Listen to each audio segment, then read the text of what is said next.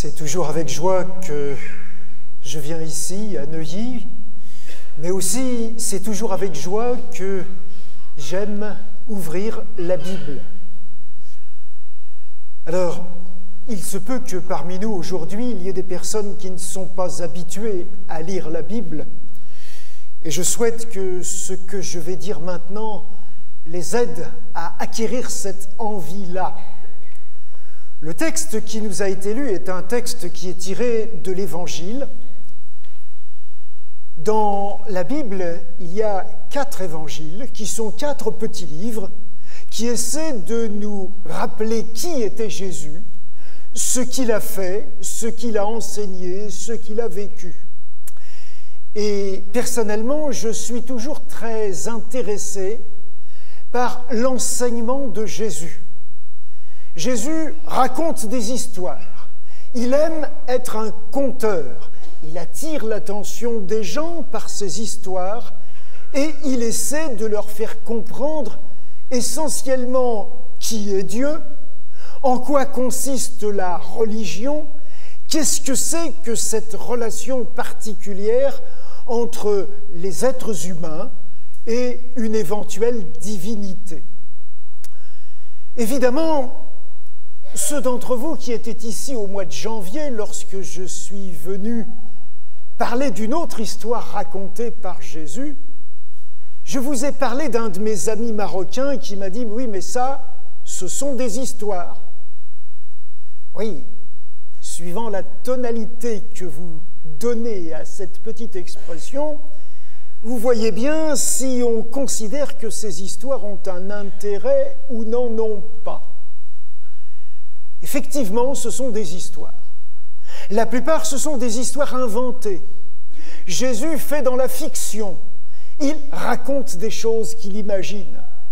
Et pourtant, on peut apprendre quantité de choses intéressantes avec les histoires de Jésus. Alors je vous invite à garder, pour ceux qui ont avec eux une Bible, le texte ouvert dans cette histoire qui nous a été lue. Elle se trouve dans le premier des 4 évangiles, l'évangile dit de Matthieu, au chapitre 25 et à partir du verset 14. Dans cette histoire, je vous invite d'abord à regarder comment elle est construite. C'est assez simple, il y a 3 parties, 3 temps particuliers. Dans les 2 premiers versets, c'est-à-dire ces phrases qui sont numérotées avec des petits chiffres, 14 et 15, on nous dit ce qui se passe avant le départ de cet homme qui va partir en voyage.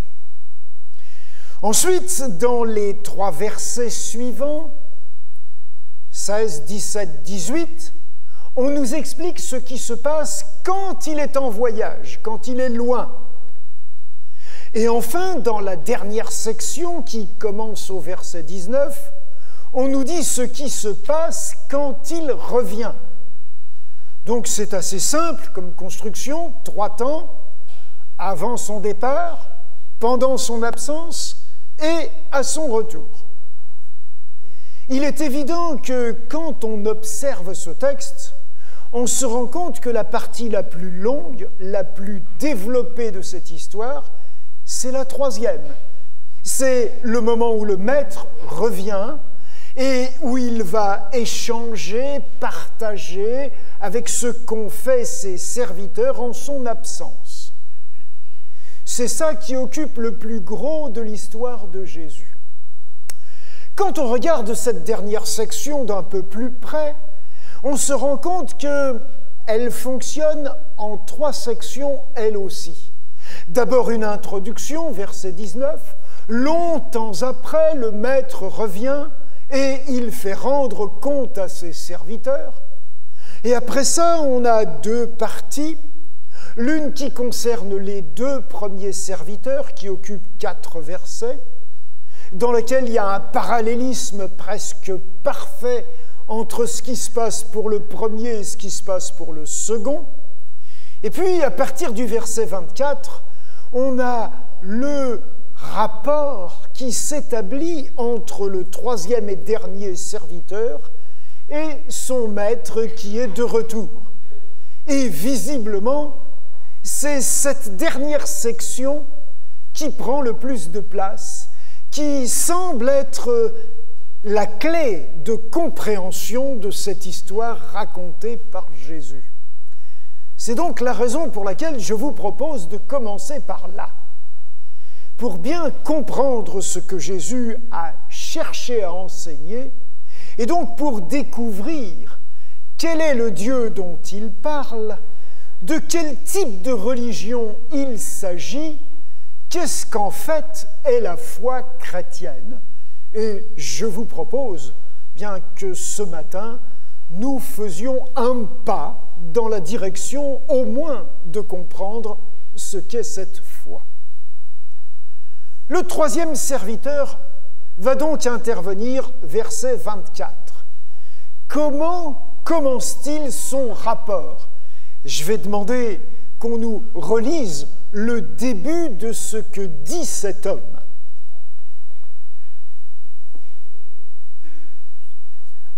Oui, 24. S'avançant à son tour, celui qui avait reçu un seul talent dit « Maître, je savais que tu es un homme dur. Tu moissonnes où tu n'as pas semé, tu ramasses où tu n'as pas répandu. » Merci.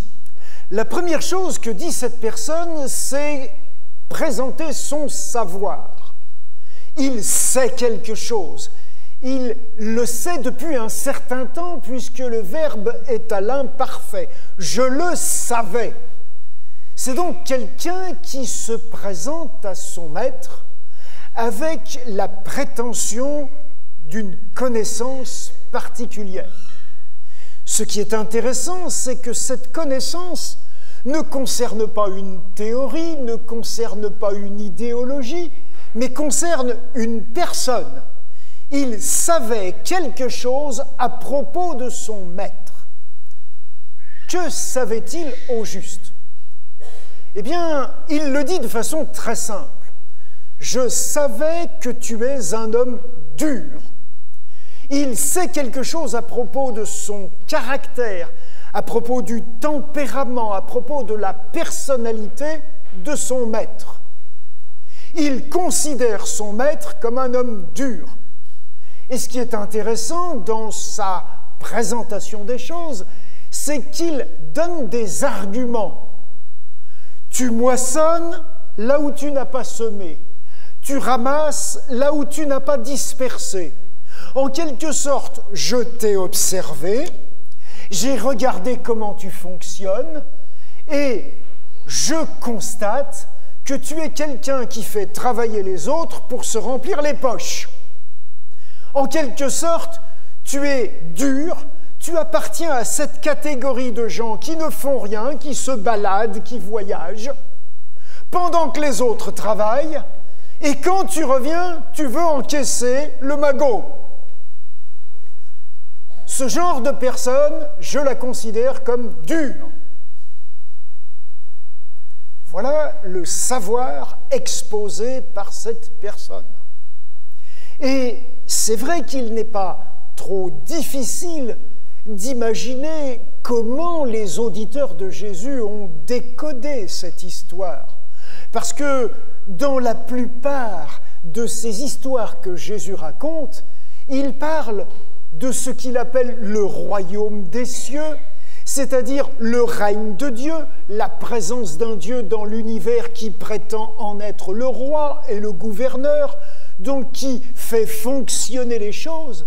Et là, si vous vous rappelez comment le texte a commencé, il en est comme d'un homme qui, c'est-à-dire que dans le rapport entre l'homme et Dieu, c'est comme dans le rapport entre cet homme qui s'en va et ses employés. Et évidemment, la première chose que nous sommes obligés de constater, c'est que nous rencontrons sur cette planète quantité de gens qui disent « Je le savais, c'est la faute de Dieu. Dieu est un être dur. Dieu est un être qui trône peut-être quelque part là-haut, mais qui ne s'occupe pas de nous, qui rigole bien de nous voir souffrir, qui essaye simplement de se remplir les poches, voire le compte en banque, qui essaye de profiter de tout ce que les hommes peuvent essayer de faire pour promouvoir la religion, parce que lui, de toute façon, il est bien tranquille là-haut, bien au chaud. Évidemment, c'est important d'essayer d'entrer dans la dynamique de cette histoire que Jésus raconte. Premier élément, savoir qui est le personnage dont on parle. Et si ce personnage représente Dieu comme ça semble très évident, quelle idée nous faisons-nous de lui? Estimons-nous que Dieu est un personnage dur, quelqu'un qui est insensible à nos besoins, à nos situations, à nos souffrances, aux difficultés que nous rencontrons? Et c'est très souvent ce que j'entends en ouvrant simplement les oreilles partout où je vais. Si Dieu était là, il n'y aurait pas tout ce mal, il n'y aurait pas toutes ces guerres, il n'y aurait pas toutes ces misères, il n'y aurait pas tous ces réfugiés, il n'y aurait pas tous ces drames qui sont là sur la terre. Si Dieu existe, ça doit être un personnage dur. La plupart des gens autour de nous imaginent que ça, c'est la vérité à propos de Dieu. Je savais, c'est ce que j'imagine, c'est ce que je suppose être vrai à son sujet. Et si vous regardez maintenant comment le texte se poursuit, à partir du verset 25, cet homme va dire « Je savais, donc j'ai eu peur ». Face à Dieu, face à son maître, ce qui va le motiver, c'est cette émotion dont on vient de nous parler et de parler aux enfants, qui est la peur. Alors c'est vrai, il y a un proverbe français qui nous dit que la peur est mauvaise conseillère. Et dans ce cas-là, on peut se poser la question.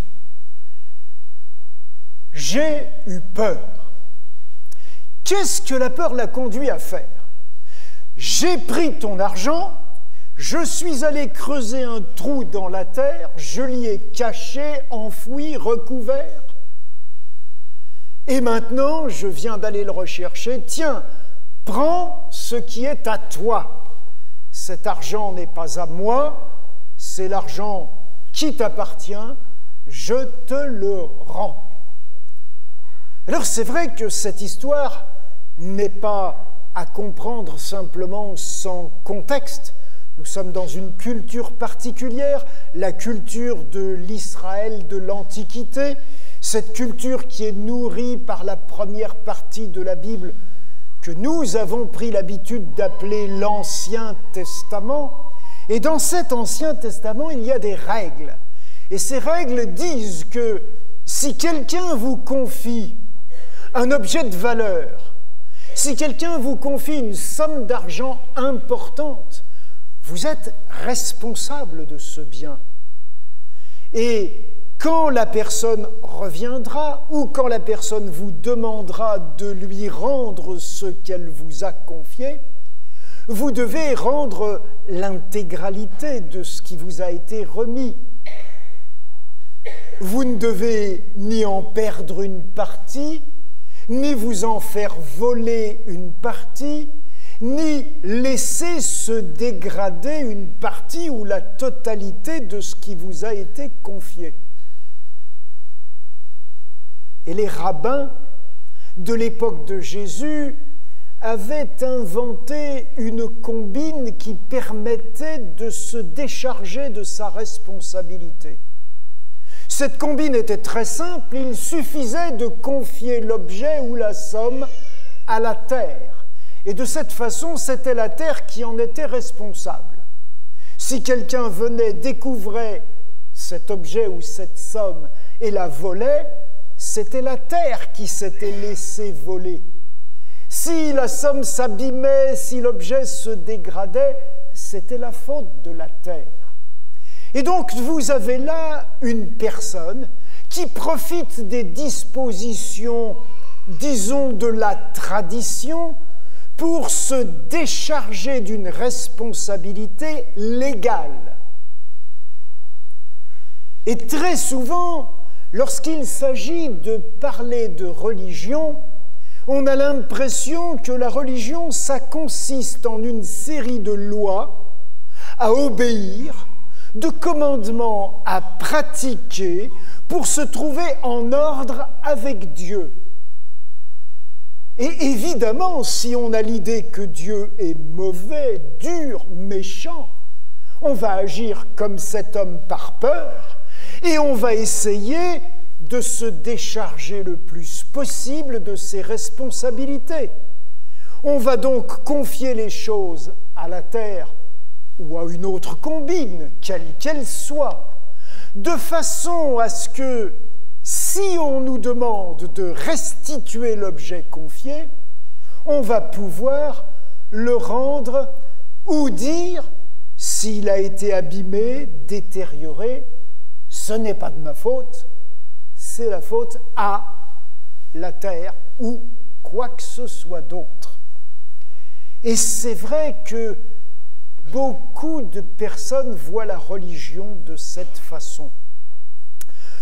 On se dit, il faut que j'ai la loi de mon côté.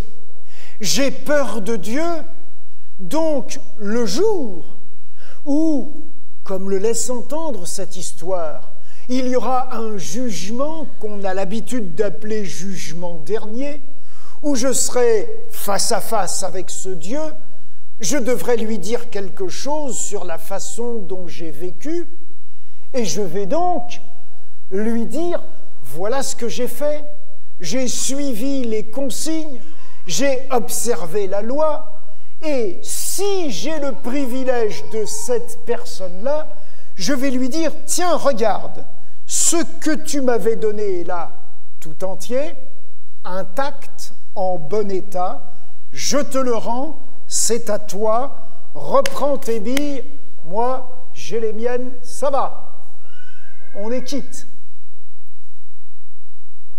Il est évident que si vous regardez Dieu de cette façon-là, eh bien, vous allez vous compliquer la vie, vous dressez des listes de lois, bien sûr, vous en trouverez dans la Bible, mais vous trouverez que ce n'est pas suffisant. Il faudra forcément en ajouter, parce que dans la Bible, on ne vous dit pas quel temps il faut passer avec votre tablette, avec votre portable. On ne vous dit pas si vous pouvez aller voir un spectacle aux Folies Bergères ou ailleurs. On ne vous explique pas quantité de détails sur la gestion d'un portefeuille financier avec des actions qui sont cotées à la bourse ou à Wall Street. Et donc, vous allez vous inventer quantité de règles pour essayer d'être quitte en face de Dieu, parce que vous avez peur de lui. Et c'est sans doute l'un des plus gros problèmes de la réflexion humaine contemporaine à propos de la religion. Et donc c'est intéressant de voir que Jésus met en scène un tel personnage qui nous aide à réfléchir sur ce qu'il nous propose. Et il est évident que quand on lit la conclusion de cette histoire, on voit bien que ce troisième serviteur n'est pas le modèle à suivre. C'est celui à qui il va dire « Ah, puisque c'est ainsi, prenez l'argent qu'il rapporte son talent et donnez-le à celui qui en a 10. » C'est sans doute une des phrases les plus importantes pour comprendre cette histoire. Rappelez-vous, ce que ce troisième homme savait ou prétendait savoir reposait sur une observation qu'il croyait avoir faite. Le maître moissonne ce qu'il n'a pas semé. C'est-à-dire que dans sa conception des choses, son collègue, celui qu'on pourrait dire numéro 1 dans cette histoire, qui a reçu 5 talents, en a rapporté 10. Alors, que le maître encaisse les 5 premiers qu'il avait versés, ça peut paraître normal. Mais si le maître encaisse les 10, alors notre troisième homme a raison. Mais ce que cette petite phrase est en train de nous dire, c'est que le maître de retour n'a encaissé ni les 5 qu'il a donnés au départ, ni les 5 autres que le premier a gagnés par son travail. Le premier a 10 talents. Il les a, ils sont à lui. Le maître ne les a pas repris. D'ailleurs, ça me rappelle ce qu'on disait dans la cour de l'école. Donner, c'est donner, reprendre, c'est voler. Vous avez jamais dit ça, vous? Moi, je l'ai dit, en tout cas, à propos des billes, des osselets et quantité de choses, quand j'étais à l'école. Et donc, le maître n'a rien pris. Probablement que le savoir de notre troisième homme est faux, biaisé. C'est une interprétation fallacieuse. En fait, qu'est-ce qu'a fait ce maître avant de partir? Le texte emploie un verbe dans les traductions françaises qui sont correctes. Il remit ses biens à ses serviteurs. Le verbe remettre ne veut ni dire donner, ni prêter, ni confier avec un objectif spécial. Rien n'est dit là-dessus. Par contre, ce qui est dit, ce sont les sommes.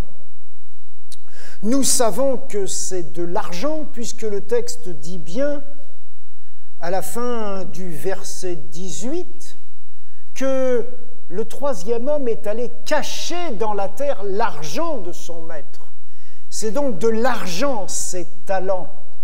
Un talent, à l'époque, c'est une mesure de poids. C'est environ 40 kilos.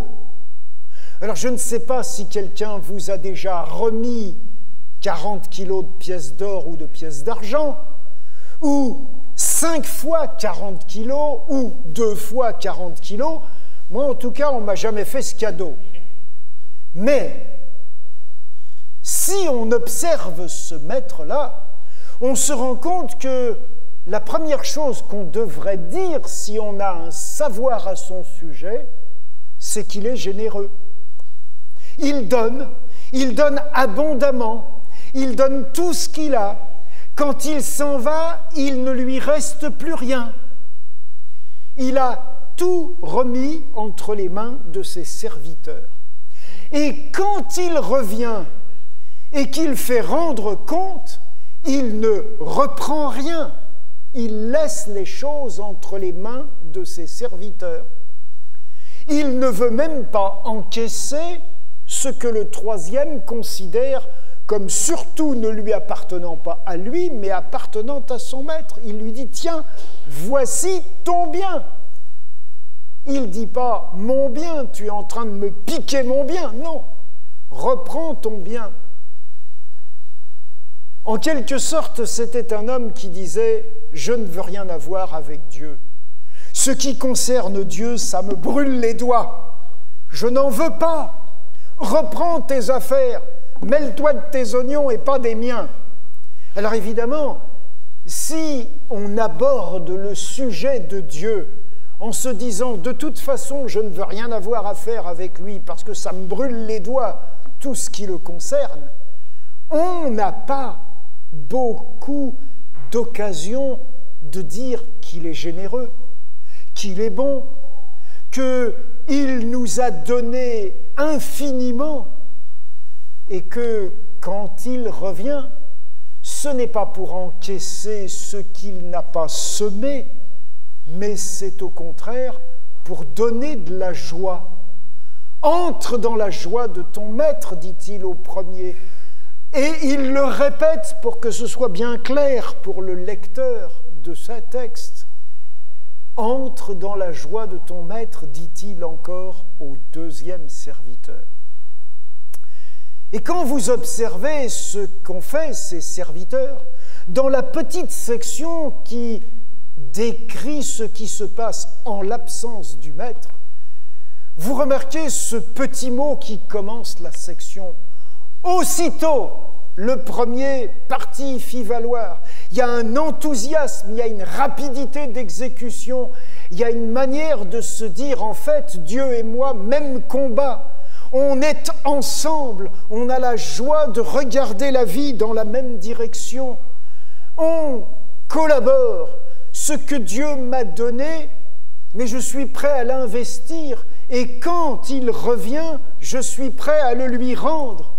Il me le laisse parce qu'il est généreux, mais lui et moi, nous faisons caisse commune, nous travaillons ensemble, nous avons cette joie d'une collaboration qui est la collaboration de la générosité. Alors, si je veux conclure cette histoire racontée par Jésus, je dirais que le Dieu du christianisme, c'est la personne de Jésus. Il est venu sur cette terre et il a été comme le personnage de cette histoire. Il a distribué les biens. Et le plus grand bien qu'il a donné, c'est ce qu'on appelle la grâce, le pardon, la compréhension que Dieu aime les êtres humains. Et puis, il est parti. Il nous a dit qu'il reviendrait. Et quand il reviendra, la chose qu'il attend de nous est très simple. Qu'as-tu fait de la grâce que je t'ai donnée? L'as-tu partagée? Et si tu l'as partagée, tu as constaté qu'elle s'est multipliée, qu'elle a grandi. Je ne vais certainement pas te l'enlever, mais tu as découvert un mode de vie qui est un mode de vie joyeux, dynamique, enthousiaste, qui fait que le partage est quelque chose d'essentiel et source pour toi de bonheur. Et alors, tu sais et tu découvres que Dieu est un Dieu généreux et non pas un Dieu dur qui cherche à exploiter.